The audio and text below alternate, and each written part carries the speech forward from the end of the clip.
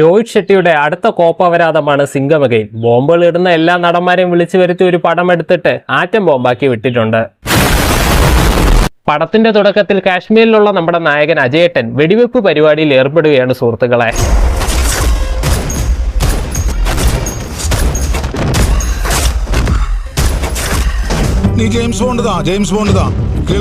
ഇതൊക്കെ കഴിഞ്ഞ് പടത്തിലെ വില്ലനെ അസാധ്യമായ മൽപ്പിടുത്തത്തിലൂടെ കീഴ്പ്പെടുത്താനും നമ്മുടെ നായകൻ മറന്നിട്ടില്ല.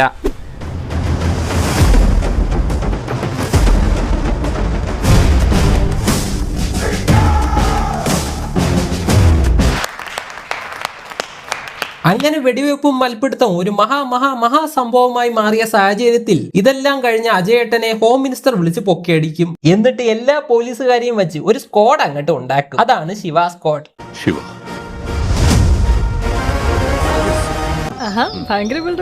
ഇതെല്ലാം കഴിഞ്ഞ് ദീപിക പദുക്കോൺ വരികയാണ് സുഹൃത്തുക്കളെ.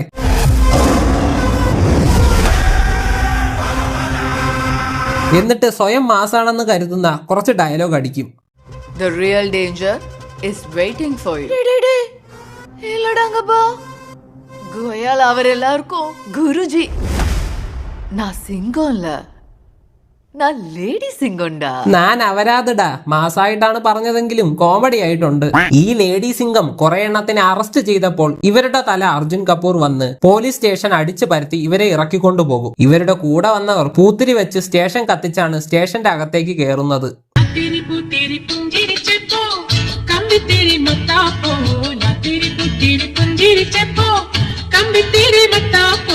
തനിക്ക് പണ്ട് ഇറച്ചി വെട്ടായിരുന്നു പണി എന്ന് പ്രേക്ഷകന് മനസ്സിലാക്കി തരാൻ പോലീസുകാരെ ഇറച്ചി വെട്ടും പോലെ ഇയാൾ വെട്ടിയിടും.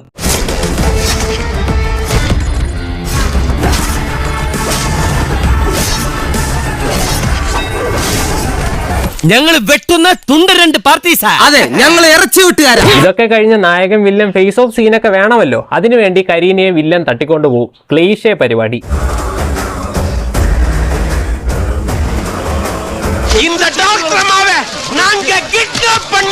അങ്ങനെ നമ്മുടെ വില്ലന്റെ കയ്യിൽ നിന്ന് രക്ഷപ്പെടാൻ കാട്ടിലേക്ക് കരീന ഓടിക്കേറുമ്പോഴാണ് ടൈഗർ സാറിന്റെ എൻട്രി.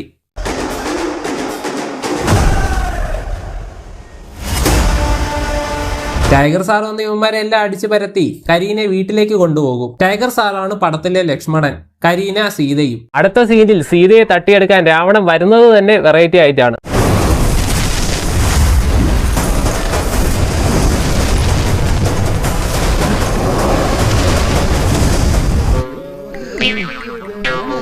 എല്ലാം പെട്ടെന്നാണല്ലോ ഈശ്വര. പിന്നെ എന്തൊക്കെയോ കാണിച്ചു കൂട്ടി വീണ്ടും സീതയെ തട്ടിയെടുക്കും.